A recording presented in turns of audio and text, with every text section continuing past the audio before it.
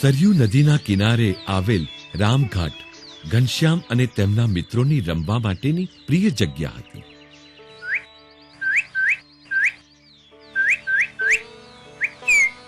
કુસ્તી તેઓનો મનપસંદ ખેલ હતો.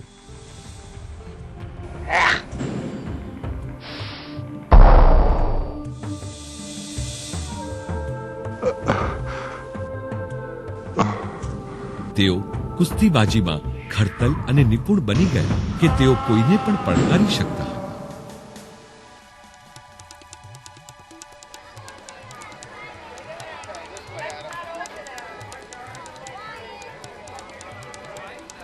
ઘનશ્યામ બધા કરતા ખડતલ હતા.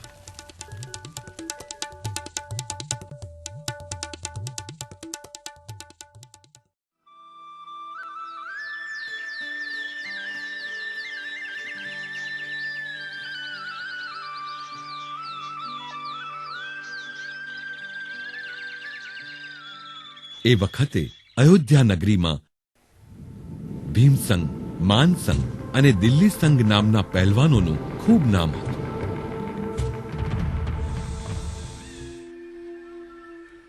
ઘનશ્યામ અને તેમના મિત્રોની કીર્તિ આ પહેલવાનો સાંખી ન શક્યા. તેઓ ચિંતિત હતા કે અયોધ્યાના શ્રેષ્ઠ કુસ્તીબાજોનું માન તેઓ આ નવયુવાનો સામે હારી જશે.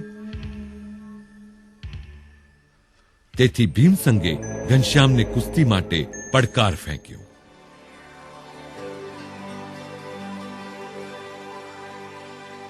ઘનશ્યામ આહવાન સ્વીકારીને કુસ્તી લડતા પહેલા પોતાના માતા પિતાના આશીર્વાદ લેવા ગયા.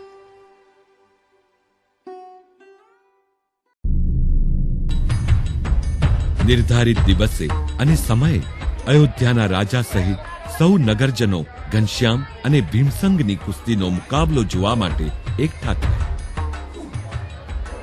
વાતાવરણમાં ખૂબ ઉત્સાહ હતો.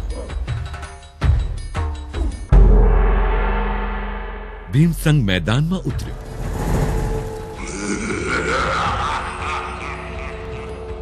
તેના પગમાં લોખંડની સાંકળો બાંધેલી હતી. એક પછી એક કુસ્તીબાજો મેદાનમાં ઉતર્યા.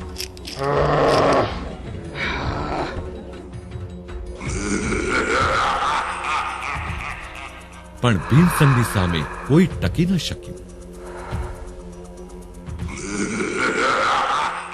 જોયું, અયોધ્યાના કોઈ પણ શક્તિશાળી મલમાં મારી સામે ટકવાની તાકાત નથી, તો પછી તારી શું વિસાત?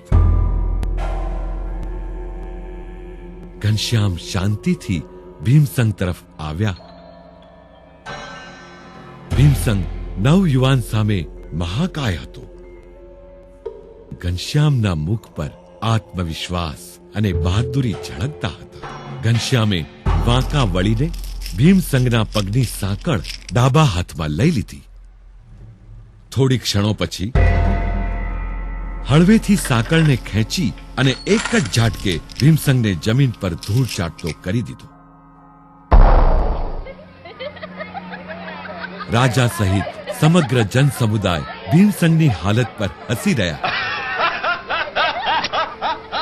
એક નવયુવાન સામે હારવાથી લજ્જિત ભીમસંગને એકદમ ગુસ્સો આવ્યો.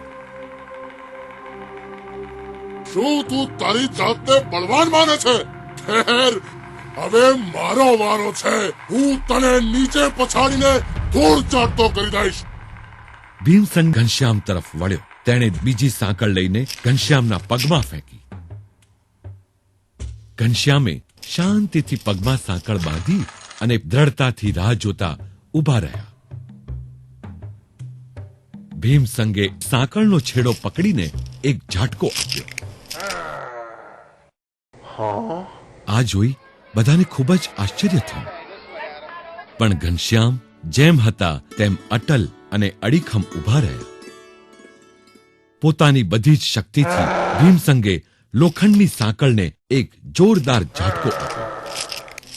જોરદાર ઝાટકાથી સાંકળ તૂટી ગઈ અને ભીમસંગ દૂર ફંગોળાઈ જોરથી પટકાયો અને એનો હાથ પણ તૂટી ગયો. પણ યુવાન ઘનશ્યામ તો પહેલાની માફક દ્રઢ, અડીખમ અને સ્મિત કરતા ઊભા હતા. અચાનક બધા પ્રજાજનો અને રાજા પોતાની જગ્યાએથી ઊભા થયા. યુવાન ઘનશ્યામની બહાદુરી પર તાળી પાડવા. પછી ઘનશ્યામ રાજાની સમક્ષ રજૂ થયા અને રાજાએ તેમનું ફૂલહારથી સ્વાગત કર્યું. પછી ઘનશ્યામ ભીમસન તરફ પાછા ફર્યા. ભીમસંગ, તને ઈજા પહોંચાડવાનો મારો કોઈ ઈરાદો નથી, પણ તું ખૂબ અહંકારી છે. તારે એ હંમેશા યાદ રાખવું જોઈએ કે અહંકારી લોકોનું અંતે પતન જ થાય છે. ભીમસંગનો ગર્વ હણાઈ ગયો. આંખોમાં આંસુ સાથે તે ઘનશ્યામના પગમાં પડી ગયો.